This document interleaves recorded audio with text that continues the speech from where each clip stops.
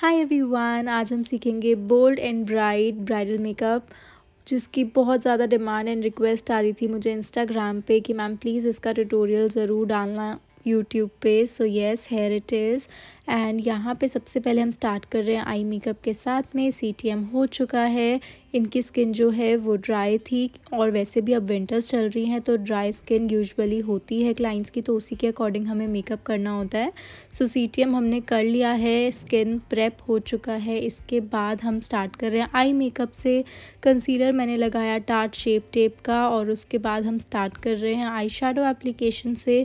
तो यहाँ पे जो क्लाइंट का आउटफिट है वो रानी पिंक कलर का था, जो कि वीडियो में रेड लग रहा है। सो ऐसा होता है यूजुअली पिक्चर्स में और वीडियोस में वो रेड लगता है, but in reality magenta kind of shade था।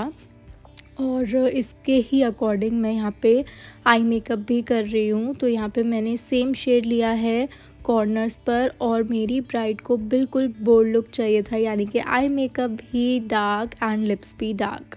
सो yes, as per her request हमने उनका मेकअप किया। सो येस, अब हम बीच में गोल्डन शेड शिमर शैडो जो है वो प्लेस कर रहे हैं।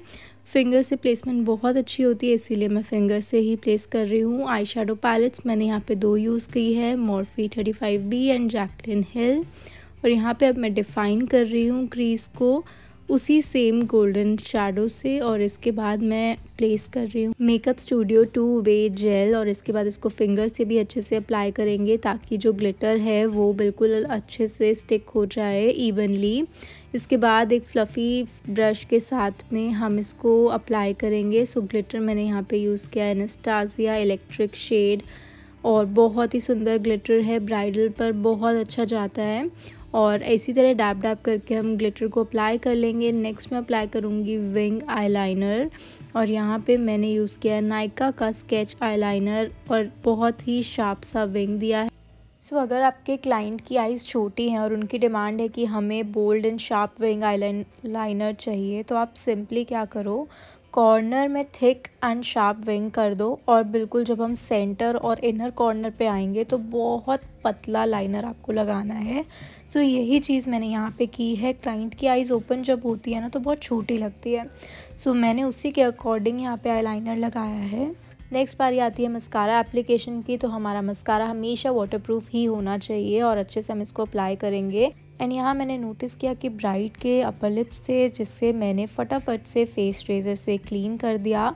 सो येस, अगर आपके भी क्लाइंट का कुछ भी ऐसे हो जो एंड मोमेंट पे वो ना करा पाएँ तो आप अपने पास एक फ़ेस रेजर ज़रूर रखें, जिसकी हेल्प से आप इजीली विदिन 20-30 सेकेंड्स आप बहुत इजीली इसको रिमूव कर सकते हैं फेशियल हेयर को। इसके बाद बारी आती है हमारे प्राइमर की। तो यहाँ पे मैं यूज़ कर रही हूँ एम्ब्रोलेस और इसको मैं एज आ मॉइस्चराइज़र यूज़ कर रही हूँ यहाँ पे, और बहुत बार मैं इसको एज अ प्राइमर भी यूज़ करती हूँ। सो यहाँ पे क्लाइंट की स्किन जो है वो मैंने बताया जैसे कि ड्राई है। सो सीटीएम के बाद भी मैं एम्ब्रोलेस अप्लाई कर रही हूँ। सीटीएम में मैंने सेटाफिल का हाइड्रेटिंग क्रीम यूज़ की थी और अब मैं एम्ब्रोलेस यूज़ कर रही हूँ। इसके बाद मैं जब तक कि मॉइस्चराइज़र सेट हो रहा है तब तक मैं आईलैश एप्लीकेशन कर रही हूँ। Eyelash is from Winsome accessories और ग्लू जो है वो PAC की है। PAC की ग्लू से अगर आप आईलैश स्टिक करते हो तो जब तक आप खुद से नहीं हटाओगे लैश वो नहीं हटेगी। सो येस, ब्राइडल में मैं इसको यूज़ करना बहुत पसंद करती हूँ। इसके बाद मैंने अप्लाई किया है लॉरा मर्सिया का फाउंडेशन प्राइमर। इससे बहुत अच्छा ग्लो आता है फेस पे। आप देखोगे एंड में कि कितना अच्छा ग्लो आएगा। सो येस, एक तो इससे हाइड्रेट भी हो जाता है फेस और बहुत अच्छा ग्लो आता है।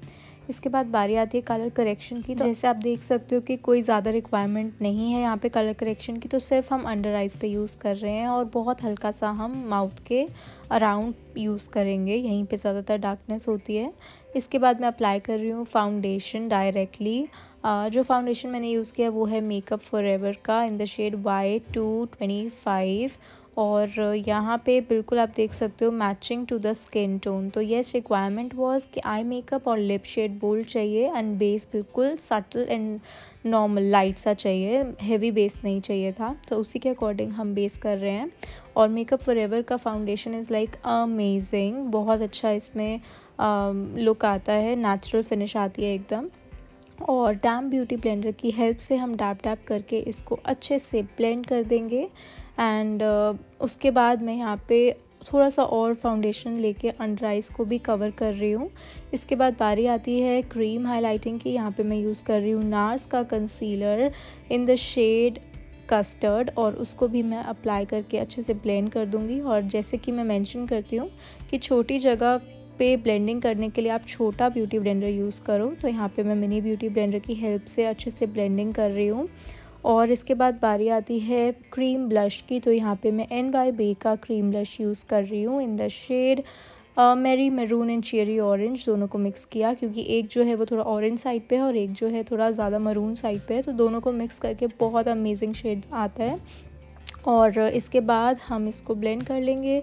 नेक्स्ट हम क्रीज़ को अच्छे से रिमूव कर लेंगे अंडर आइज़ की। इसके बाद हम करेंगे पाउडर लॉक। पाउडर लॉक के लिए मैं अपना फेवरेट लूज़ पाउडर ले रही हूँ, which is Laura Mercer translucent powder, और इसे पफ के साथ अच्छे से अप्लाई कर दूँगी all over the face, and ताकि जो हमारा बेस है वो अच्छे से सेट हो जाए। इसके बाद पाउडर ब्लश लगा रही हूँ। तो यहाँ पे मैं यूज़ कर रही हूँ नार्स का blush in the shade orgasm, और ये बहुत बहुत अच्छा शेड है, क्योंकि हमारा आउटफिट जैसे मैंने बताया वो भी रानी पिंक ही है, तो ये बहुत अच्छा शेड जाएगा।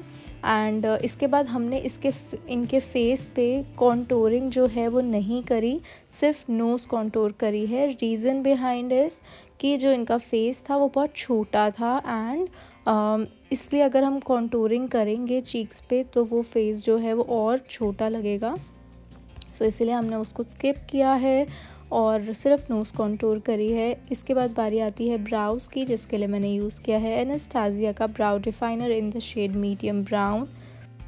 और मेरी ब्राइड को काजल बहुत ज़्यादा पसंद है, इसीलिए मैं यहाँ पे भर भर के काजल लगा रही हूँ। काजल मैं यूज़ कर रही हूँ रिकोड का ही, और अच्छे से काजल अप्लाई करने के बाद हम लोअर लैश लाइन पर भी आई शेडो अप्लाई करेंगे। तो यहाँ पे मैंने डार्क ब्राउन आई शेडो को अप्लाई किया है अच्छे से, और उसके नीचे मैं अप्लाई करूँगी सेम आई शेडो जो मैंने ऊपर यूज़ किया है पिंक कलर का, और इनर कॉर्नर्स पे मैं अप्लाई करूँगी ग्लिटर लाइनर। तो I personally love inner corner पे ग्लिटर लाइनर। आप चाहो तो स्किप भी कर सकते हो, बट ये बहुत बहुत सुंदर लुक देता है आईज़ को।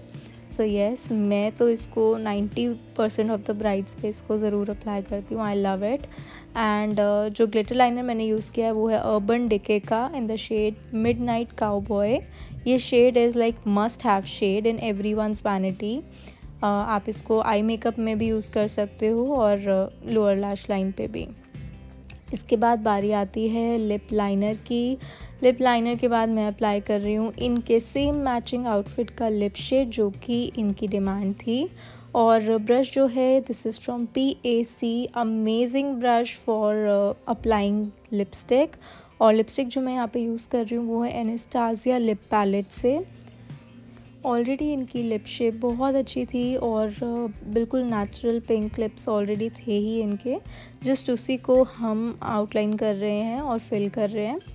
एंड आप देख सकते हो कितना सुंदर लुक ऑलरेडी आ गया। और अभी लाइट्स ऑफ हैं, अब मैं लाइट्स को ऑन करूँगी, और तब तक हम क्या करेंगे, पाउडर जितना भी है एक्स्ट्रा उसको कर देंगे डस्ट ऑफ और अप्लाई करेंगे स्प्रे हमेशा मैं मैक का यूज़ करती हूँ। अगर किसी की स्किन ड्राई होती है तो ये बेस्ट स्प्रे है। अगर किसी की ऑयली या नॉर्मल स्किन है तो आप अर्बन डिके का स्प्रे या PAC का स्प्रे भी यूज़ कर सकते हो।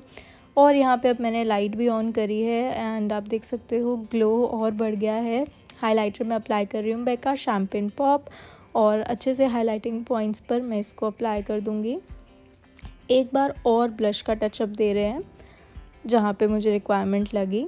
नेक पे भी अच्छे से फाउंडेशन अप्लाई कर लेंगे और उसके बाद उसको कॉम्पैक्ट से भी लॉक कर देंगे। एंड नेक पे इनकी ज्वेलरी बहुत बड़ी थी, इसीलिए मैंने बहुत कम प्रोडक्ट यूज़ किया है, अदरवाइज़ ज्वेलरी से ही प्रोडक्ट चिपक जाएगा। सो बहुत मिनिमल यूज़ करना है यहाँ पे प्रोडक्ट। अगर क्लाइंट की ज्वेलरी बहुत हैवी हो या फिर रिक्वायरमेंट नहीं लग रही है नेक पे करने की, तो बहुत मिनिमल प्रोडक्ट यूज़ करेंगे। एंड इसके बाद यहाँ पे हाइलाइटर अप्लाई कर रहे हैं कॉलर बोन्स पर भी। और मैंने यहाँ पे थोड़ा ओम्ब्रे इफेक्ट देने के लिए सेंटर में लाइट पिंक कलर का लिप शेड अप्लाई किया है। और हमारा मेकअप कंप्लीट हो चुका है, तो आओ मैं आपको दिखाती हूँ फाइनल लुक ब्राइड की। And here is the final look. यहाँ पे मैं दुपट्टा सेट कर रही हूँ। दुपट्टे पे मैंने क्लिप्स ऑलरेडी लगा लिए थे, उसी को मैं फाइनल लॉक कर दूँगी।